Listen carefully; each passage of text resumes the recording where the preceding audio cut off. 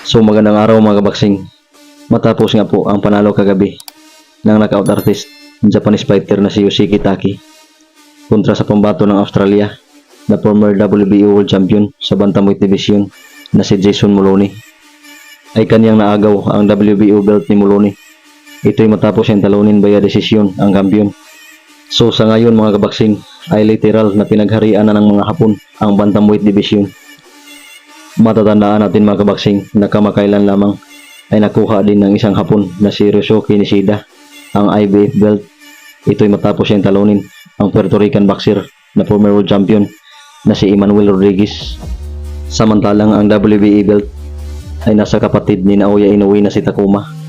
Nakakapanalo pa lamang kagabi via desisyon kontra sa kapwa Hapon na si Sho Ishida at kaniyang nadipinsahan ang nasabing titulo.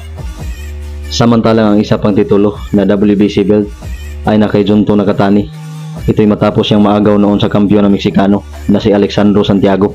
So sa ngayon mga kabaksing ay silang apat ang may hawak ng apat na major belt sa Bantamweight Division. So sa tingin niyo mga kabaksing, sino kaya sa apat na to ng mga Hapon ang magiging undisputed?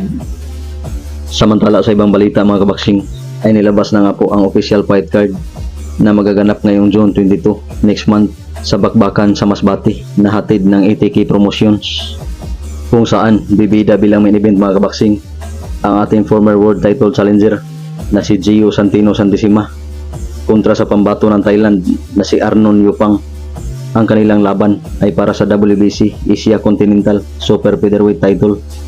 Samantalang sa co-main event mga kabaksing ay sasabak ang ating former world title challenger din na si Michael Dasmariñas kontra sa kapwa Pinoy na si Junjun Estrada. Ang kanilang laban ay isang 12 rounds bout para sa vacant Philippine Featherweight Championship.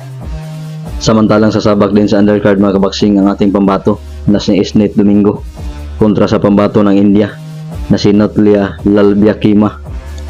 Ang kanilang laban mga kabaksing ay isang 10 rounds bout para sa vacant WBC Asia Flyweight title.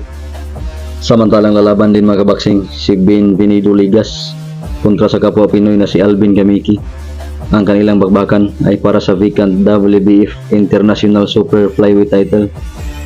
Samantalang sasabak din mga kabaksing ang kapatid ni Gio Santissima na si Alex kontra sa kapwa Pinoy na si Justin Darap para sa 10 rounds bout para sa WBF Australasian Super Flyweight title.